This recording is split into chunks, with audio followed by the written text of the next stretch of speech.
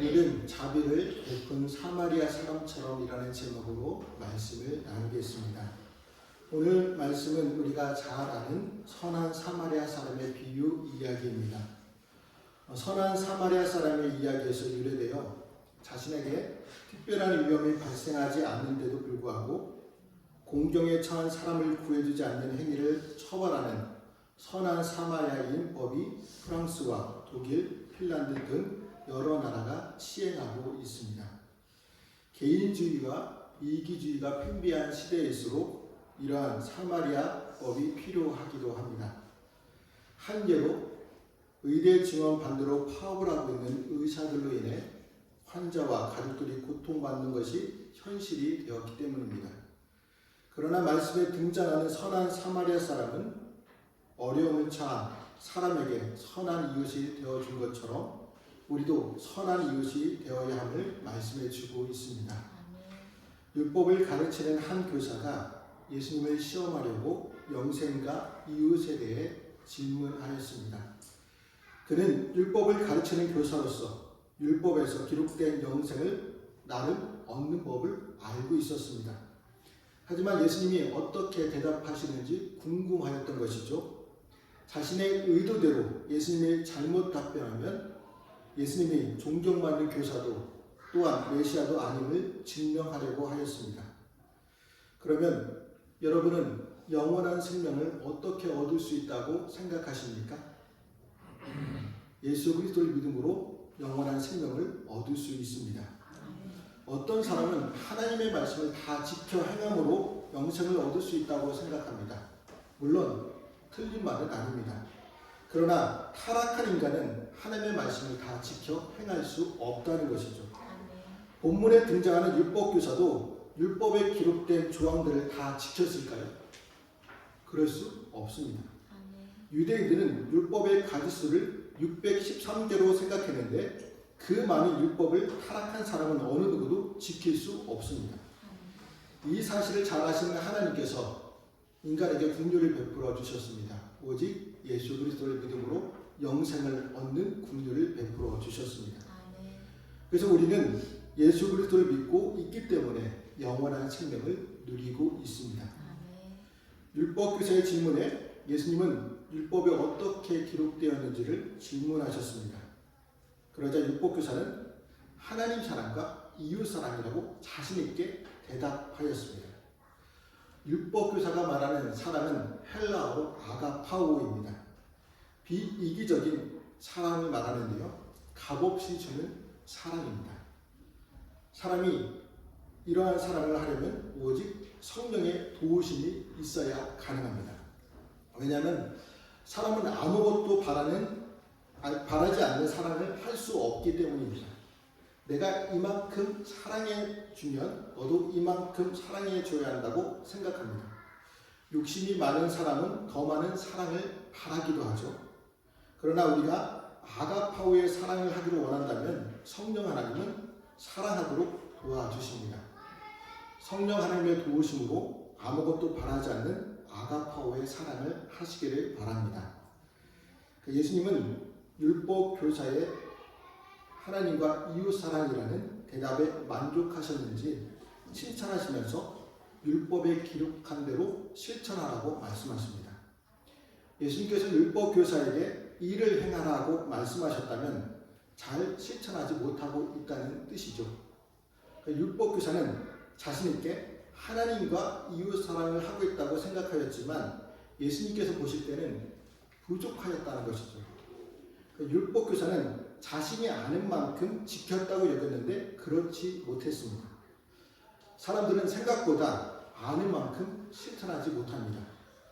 아는 만큼 실천하는 사람은 말만 하지 않고 삶으로 보여줍니다. 하지만 삶으로 보여주지 못하는 사람은 말만 많이 합니다. 내가 이런 사람이다. 나는 선행을 베풀 때 이만큼 베푼다고 과장되게 말만 많이 합니다. 그래서 말을 많이 하는 사람은 믿을 사람이 못 됩니다. 율법교사도 마찬가지였죠. 일을 행하라고 말씀하실 때 자만심이 강했기에 예수님의 의도를 알아차리지 못했습니다. 율법은 단순히 알고 있는 것으로 그치는 것이 아니라 마음과 뜻과 힘을 다해 사랑하는 삶을 가르쳐 줍니다.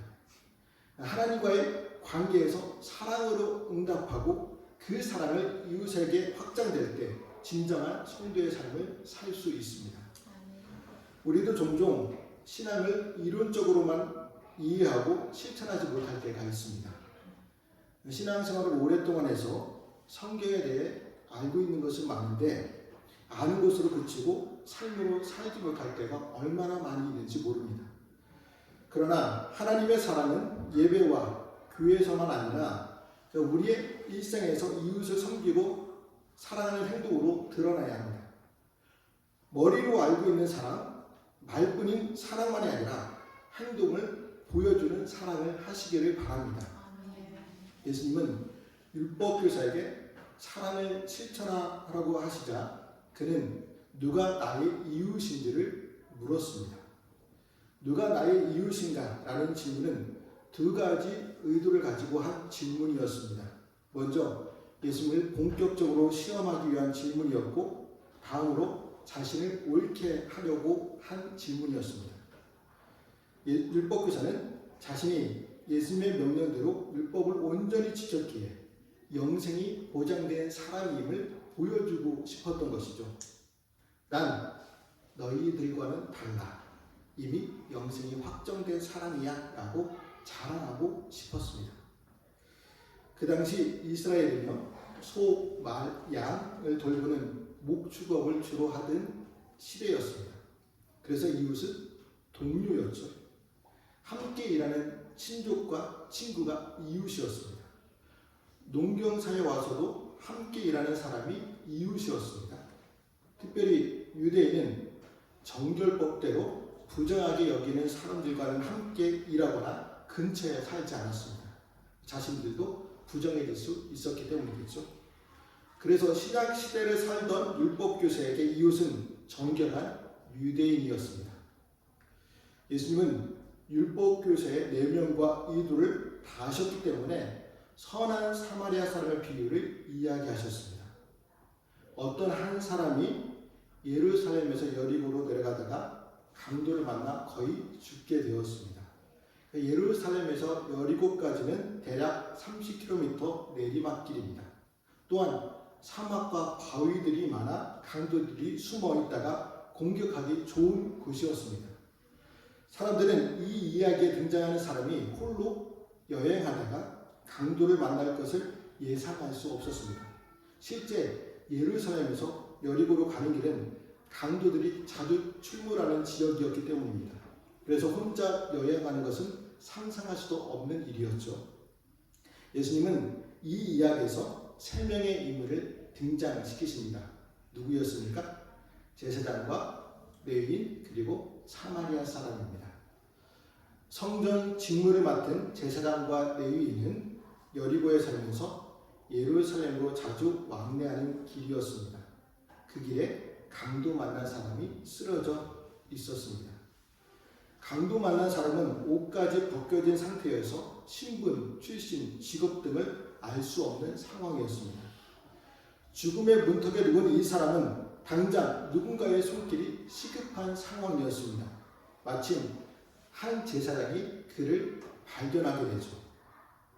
성전이 있는 예루살렘에서 하나님께 제사 드리는 일을 마치고 여리고도 내려가던 중이었습니다. 하지만 강도 만난 사람을 본 채 만 채 피해 지나가 버립니다. 두 번째 레위인도 제사장처럼 똑같이 지나갔습니다. 레위인도 한 예루살렘 성전에서 제사장을 도와 맡겨진 일들을 마치고 내려가던 도중이었습니다. 제사장과 레위인은 하나님을 사랑했기 때문에 모두 예루살렘에서 성전 봉사 직무를 율법에 맞게 흠없이 수행했습니다. 그러나 강도 만난 사람을 돕기는커녕 피해 지나갔습니다. 제사장과 레위인은 시체를 가까이에서는 안 된다고 율법에 규정되어 있기 때문에 시체를 만지는 것은 자신을 더럽히는 일이고 그렇게 되면 거룩한 직무를 감당할 수 없기 때문에 그냥 지나쳐 갔을 것입니다. 하지만 그것만으로도 충분한 변호가 되지 못합니다. 만일 예루살렘으로 제사 드리러 온 사람이 사고로 죽었을 때 장례를 치러줄 친인척이 없다면 발견하는 사람이 매장을 해주거나 죽지 않았다면 도움을 주는 것이 유대 전통이었기 때문입니다. 하지만 제사장과 레위인은 유대 전통을 지키지 않고 외면했습니다. 왜 안 도와주었냐고 추궁을 하면 우리는 강도 만난 사람이 옷이 벗겨져 있어서 동족 유대인인지 아니면 이방인인지 확인할 수 없었다고 외면의 이유를 말했을 것입니다. 만약 강도 만난 사람이 유대인이었다면 제사장과 레위인이 그냥 지나쳐 갔을까요? 반드시 도와주었습니다. 강도 만난 사람은 동족이자 사랑하는 이웃이기 때문입니다. 두 사람이 지나가는 동안 시간이 지체되어 강도 만난 사람은 더욱 죽음에 가까이 갔습니다. 그때 세 번째 인물 사마리아 사람이 등장합니다. 쓰러져 있는 그를 보자마자 불쌍히 여겨 가까이 다가가 생명이 붙어 있는 것을 확인하고 할 수 있는 모든 것을 다 해주었습니다. 사마리아 사람이 강도 만난 사람을 도와준 것은 불쌍히 여기는 마음이 있었기 때문입니다. 이런 마음이 하나님의 마음이며 진정한 사랑의 출발입니다. 하나님도 우리를 불쌍히 여겨 주셨습니다. 그래서 독생자 예수 그리스도를 내어주셨고 예수님도 이 땅에 계실 때에 사람들을 불쌍히 여겨 은혜와 사랑을 베풀어 주셨습니다. 그로 인해 하나님의 불쌍히 여기는 마음으로 인해서 우리는 죽음에서 새 생명을 얻게 되었습니다. 사마리아 사람은 강도 만난 사람을 단지 불쌍히 여기는 것을 그치지 않고 기름과 포도주를 상처에 바르고 싸매어 자기 짐승에 태워 가까운 주막으로 데려가 밤새 치료해 주었습니다. 다음날 급한 일을 처리해야 했기 때문에 주막 주인에게 간호를 맡기며 돌아올 때 추가 경비를 갚겠다고 하였습니다. 이 비유를 들은 율법교사는 심기가 불편해졌습니다. 제사장과 레위인이 등장했다면 다음은 누가 등장해야 했을까요? 평범한 유대인이 등장하여 강도 만난 사람을 도와주었다는 식으로 이야기가 전개되어야 했습니다. 하지만 그렇게 이야기가 전개되지 않았던 것이죠. 세 번째 등장인물이 다른 사람도 아닌 사마리아 사람이었기 때문입니다. 유대인들은 사마리아 사람들을 부정한 사람들로 취급하여 입에 올리지도 사마리아 사람들이 사는 지역도 지나가지 않았습니다. 사마리아 사람은 유대인과 같은 민족이지만 옛날 북이스라엘이 멸망당할 때 이방 민족과 피가 섞인 부정한 사람들이라고 여겼기 때문입니다. 율법교사는 처음 제사장과 레위인이 부정을 피해 지나간 것을 충분히 공감할 수 있었습니다. 그러나 사마리아 사람의 행동을 두고는 그럼 그렇지라고 비난할 수도 있었습니다. 복잡한 신경에 골몰하고 있을 때 예수님께서 질문을 던지셨습니다. 내 생각에는 이 세 사람 중에서 누가 강도 만난 자의 이웃이 되겠느냐? 그러자 율법교사는 뭐라고 대답했을까요? 37절에 있는 말씀을 같이 읽어보겠습니다. 이르되 자비를 베푼 자니이다. 예수께서 이르시되 가서 너도 이와 같이 하라 하시니라. 율법교사는 자비를 베푼 자라고 대답하였습니다. 사마리아 사람이라는 말을 입에 올리기를 꺼려서 자비를 베푼 자라고 나하지 못해 답했습니다. 강도 만난 사람에게 이웃은 뜻밖에도 율법을 철저히 지켰던 제사장과 레위인이 아니라 율법과 무관하다고 차별하던 사마리아 사람이었습니다.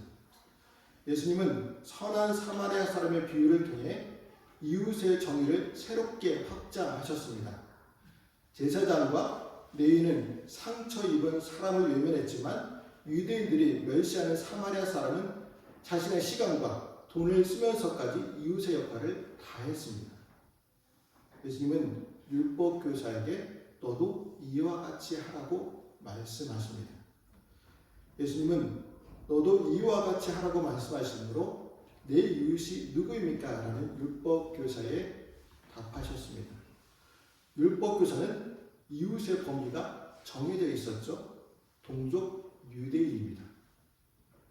사랑의 율법을 수행할 때도 대상도 동족 유대인입니다. 그러나 예수님은 이웃이 누구냐가 아니라 도움이 필요한 누구든 내가 그의 이웃이 되라고 말씀하십니다. 그 사람이 유대인이든 이방인이든 상관이 없습니다. 민족과 문화의 경계를 넘어 자비를 실천하는 것이 하나님이 바라시는 이웃 사랑입니다. 하나님의 사랑은 이웃 사랑으로 표현되고 증명되어야 합니다. 그렇다면 우리는 예수님의 말씀대로 이웃 사랑을 실천하고 있습니까? 내가 먼저 이웃이 대주어야 할 사람은 누구입니까? 이 질문에 답하려면 누가 나의 이웃인가 정해져 있어야 합니다. 그렇다면 여러분은 누가 나의 이웃이라고 생각하십니까?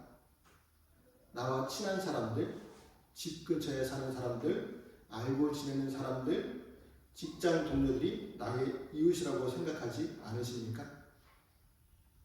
유튜브나 페이스북에 보면 도움을 필요로 하는 사람이 있을 때 누가 도움을 주는지 상황극 영상들을 보게 됩니다.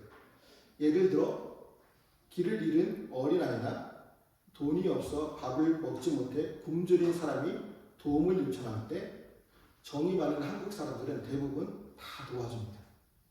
그 중에도 성심성의껏 도움을 베푼 사람들이 있습니다. 그 사람들이 누구겠습니까? 자녀를 키워본 부모나 도움을 받아본 사람들입니다. 부모는 모르는 아이라도 자기 자식처럼 생각하고 도와줍니다. 그리고 도움을 받아본 사람들은 자신들도 어려움에 처해 보았기 때문에 공감하면서 도와줍니다. 이 영상들을 볼 때마다 한국은 아직도 선한 사람이 많이 있음을 알게 됩니다. 이와 같이 우리의 이웃은 내가 알고 있는 사람만이 아닌 내가 싫어하는 사람, 처음 본 사람도 이웃입니다. 따라서 나와 만나는 모든 사람들이 다 이웃입니다. 그래서 이웃사랑은 단순한 동정심에 그치는 것이 아니라 사마리아 사람처럼 나의 시간과 물질을 사용하면서까지 실천할 때 진정한 이웃사랑이 될 수 있습니다. 사랑을 베풀 때 일회성에 그치는 것이 아니라 지속적으로 사랑을 베풀어 주어야 합니다. 지속적인 사랑으로 이웃이 되어 주어야 합니다. 이렇게 이웃이 되어 베푸는 사랑은 지속적인 돌봄과 배려로 나타나게 되어 있습니다. 하나님께서는 그렇게 우리를 사랑해 주셨습니다. 우리를 사랑하실 때 졸지도 주무시지도 않으시고 항상 주목하여 눈을 떼시지 않으셨습니다. 우리도 하나님의 사랑을 받은 사람으로서 이웃이 되어주는 사랑을 해야 합니다. 여러분, 율법교사는 율법을 올바로 해석하지 못했고 율법에 맞게 살지도 못했습니다. 그런 율법교사에게 영생의 선물이 주어졌을까요? 사마리아 사람은 이웃을 도운 것이 아닙니다. 이웃이 되어 주었습니다. 그것이 율법의 참된 의미이며 영생은 그런 사람의 것입니다. 우리는 바쁜 일상에서 신앙의 본질을 놓치고 있지 않은지 물어보아야 합니다. 예수님은 이웃이 되어 사랑을 베풀라고 가르쳐 주십니다. 여러분, 사랑을 실천할 때 종교적인 의미로 하지 말기를 바랍니다. 내가 믿는 사람이니까 당연히 사랑을 실천해야겠다는 생각으로 하지 말고 하나님과의 관계 속에서 자연스럽게 흘러나오는 사랑과 섬김을 실천해야 합니다. 의식하지 않고 자연스럽게 사랑을 실천해야 한다는 것이죠. 하나님과의 깊은 교제 안에 머무를 때 우리의 삶은 사랑과 섬김으로 풍부해질 수 있습니다. 그러므로 하나님의 말씀을 아는 것에 그치지 않고 이웃을 사랑하는 저와 성도들이 되시기를 주님의 이름으로 말씀을 드립니다. 기도하시겠습니다.